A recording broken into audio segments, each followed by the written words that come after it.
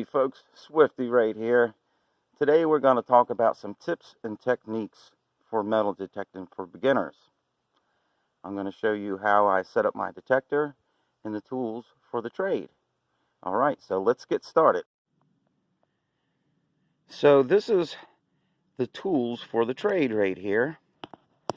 You want to get you a nice heavy-duty shovel so you can cut through the roots if you have a target that is underneath some roots around some shrubbery and stuff like that. If you just have a regular shovel that has a smooth edge on it, it's very hard to get through those roots to get to an awesome target that you might find. And the other thing that is very, very helpful is a pinpointer. That will help you tremendously to find your target in the hole.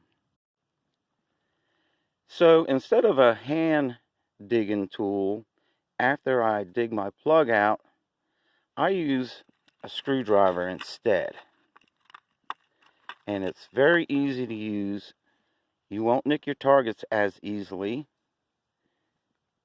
And once you're down in that hole and you locate your target and it's still down there a little ways, you just go in behind there just a little bit and pop it out. And you won't damage that target at all. But I find this very helpful opposed to using a hand tool, because I have nicked plenty of targets trying to dig down in that hole a little bit more to pluck my target out. But anyhow, just, you do what you want to do as far as a hand tool, but this is my go-to. So the other thing I want to talk about is the cord that goes from the control box to your coil. I see a lot of people who just connect it and do not wrap that wire around the shaft. This is very important, because if you don't wrap that wire around the shaft and you just have it flopping around, it causes false signals.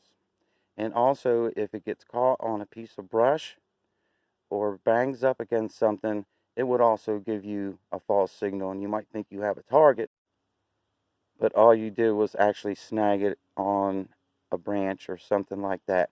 So it's very important to wrap that cord around the shaft, and it's good and tight so it doesn't move and give you these false signals.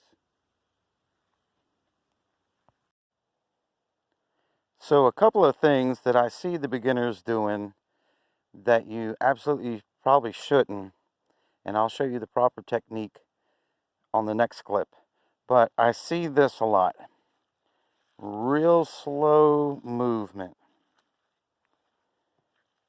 You don't want to really do that, because you're going to miss out on some targets probably. It is designed to go in a sweeping motion. And you want to keep that coil flat to the ground at a pretty good speed. You don't want to go too fast, but you don't want to go too slow, because you're liable to miss out on some of those targets. And also you want to get a nice broad swing. And that way you cover a lot of ground.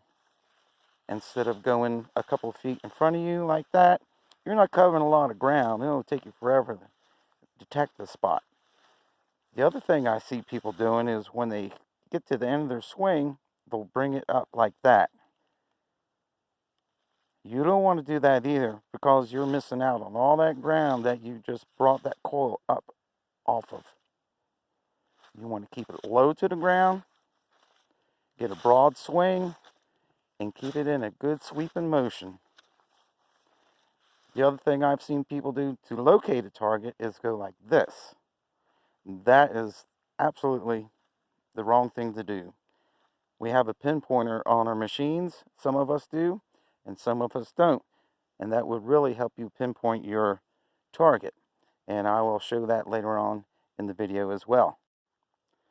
Alright, so now I'm going to show you my technique of swinging and digging a plug and also finding your target. Okay, so like I said, you want to get a nice broad swing so you cover a lot of ground. You kind of want to be quick about it. And if you read the instructions, it says when you're metal detecting, you want to sweep.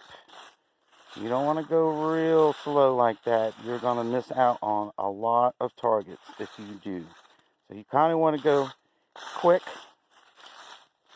You want to do a nice U in front of you. And just continue on like that. You get to a target. And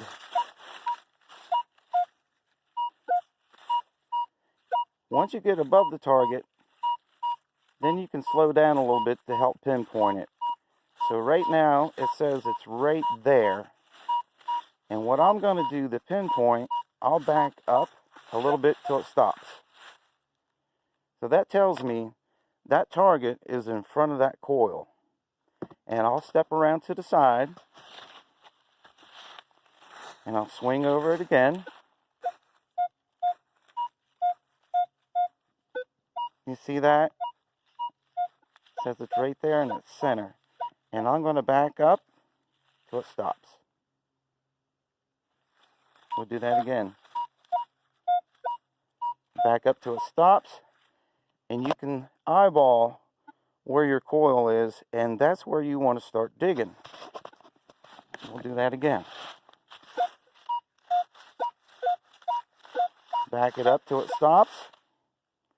And at the edge of that coil is where you want to start digging a plug. So a lot of times what I do, once I remove my coil from the target, I put my foot where the edge of that signal stopped. And I'll grab my shovel, and that's where I start digging. And what I do is I dig a nice round plug around it. Now the soil is really soft over here because I just put a coin in the ground so I can show you. But you see that? I just went all the way around in a circle there. And then I use my shovel and my hands to pull that plug out so I don't damage whatever target may be in there. So let me show you how I do that.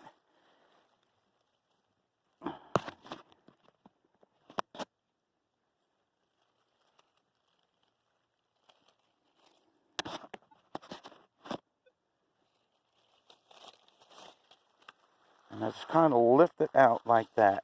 I really don't use my shovel in the hole because you might damage that coin or whatever is in there. Then I take my handy dandy pin pointer and I stick it in the hole here till I find my target. Oh, you hear that? It's right there. It says it's further down in the hole. So that's when I get my handy dandy screwdriver and I'll loosen that dirt around it just a little bit.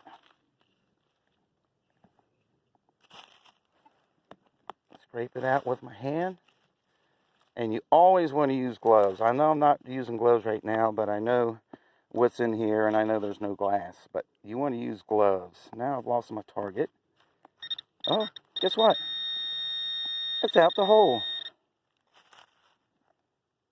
There it is. Just like that. So that's my technique of pinpointing and getting your target out of the hole. Now, once you're done, you want to cover that hole back up. You don't want to leave a trace. You want to make it look as good as possible. Tamp it down. Look at that.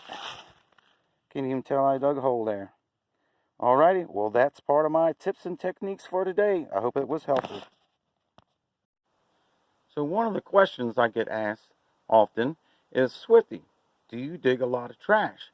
Because I don't see too much of it in your videos. There's a lot of good stuff that you post. And yes, I dig a ton of trash to get to the treasure. You got to dig it all, y'all, and then you start finding the good stuff. Anyhow, I'm going to flip you around and I'll show you what I'm talking about.